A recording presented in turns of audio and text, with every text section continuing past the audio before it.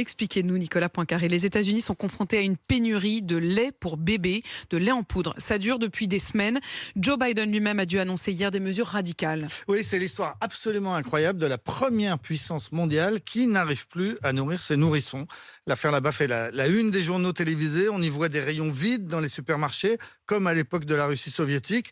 Presque un magasin sur deux est en rupture de stock à l'échelle du pays, mais localement, il peut y avoir tous les magasins en rupture. On entend à la télé des témoignages de mères qui ont dû faire 160 km pour aller trouver du lait maternel. D'autres qui ont trouvé, mais à des prix exorbitants, jusqu'à $100 la boîte pour du lait anti-allergique, par exemple. D'autres encore qui cherchent sur Internet des recettes de grand-mère pour adapter le lait de vache aux tout petits. Et on comprend bien que le sujet est hypersensible. Aux États-Unis, seule une mère sur 4 allaite son bébé jusqu'à 6 mois parce qu'il n'y a pas ou peu de congés maternité. C'est bien que les femmes, surtout les plus pauvres, reprennent le travail très vite et sont donc bien obligées d'acheter du lait en poudre. Et quand il n'y en a plus, comme en ce moment, c'est une catastrophe absolue. Comment on explique une telle pénurie? C'est sidérant. Alors, tout a commencé en février. 2 nourrissons sont morts mystérieusement, accidentellement, et le lait du laboratoire Abbott a été soupçonné d'être responsable de ces décès. Par précaution, une usine dans le Michigan a été fermée. Très rapidement, Abbott, son usine et son lait ont été mis hors de cause et tout aurait dû rentrer dans l'ordre, sauf que ça n'a pas été le cas.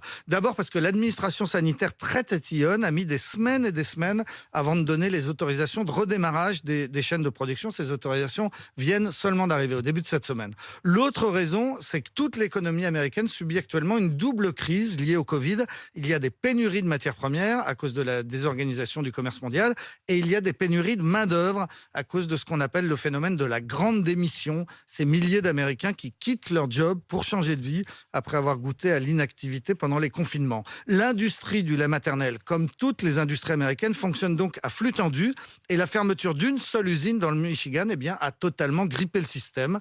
Ajoutez à cela que dès les premières pénuries, il y a eu des achats paniques, des parents qui ont voulu faire des stocks, ce qui se comprend assez bien, mais ce qui a accéléré le phénomène. Ajoutez encore que voyant les prix monter, des intermédiaires ont spéculé, ils ont gardé leur stock en espérant leur vendre plus cher plus tard. Et voilà donc comment l'Amérique en est venue à manquer d'un produit aussi essentiel que le lait pour bébé. Joe Biden vient donc d'annoncer un plan quasi militaire. Oui, le président américain a ressorti une vieille loi qui date de la guerre de Corée en 1950, la Defense Production Act, qui permet de réquisitionner des entreprises en cas de guerre. Les fournisseurs de produits nécessaires à la fabrication du lait ont reçu l'ordre de livrer en priorité les usines de lait maternel. Cette loi permet aussi de réquisitionner l'armée et le ministère de la Défense. Un pont aérien se met en place pour acheminer du lait en poudre, essentiellement depuis l'Europe, en particulier depuis la Suisse et les Pays-Bas. L'opération est nommée Fly Formula, Fly comme voler et Formula comme Formula Milk. C'est comme ça qu'on appelle en anglais le lait maternel. Il était temps pour Joe Biden de réagir parce que l'affaire a pris un tour politique. L'opposition républicaine lui reproche de s'occuper des Ukrainiens plus que des bébés américains. On est à 6 mois des élections à mi-mandat. Ce scandale pourrait avoir de lourdes conséquences électorales, d'autant que malgré les mesures qui viennent d'être annoncées, malgré le pont aérien, les choses ne vont pas rentrer dans l'ordre avant plusieurs semaines ou plusieurs mois. Les parents américains devraient continuer à s'angoisser pendant un petit moment. Et des conséquences aussi sur la santé des enfants, parce qu'on pense à tous ces parents qui, dans l'urgence, ont pratiquement décidé d'accélérer la transition aussi de leurs enfants, de leur donner des petits pots, en gros, à l'âge de 3 mois. Ça aura sans doute des conséquences très inquiétantes. On pense à tous ces parents qui doivent être vraiment dans l'angoisse. Merci beaucoup pour ces explications, Nicolas.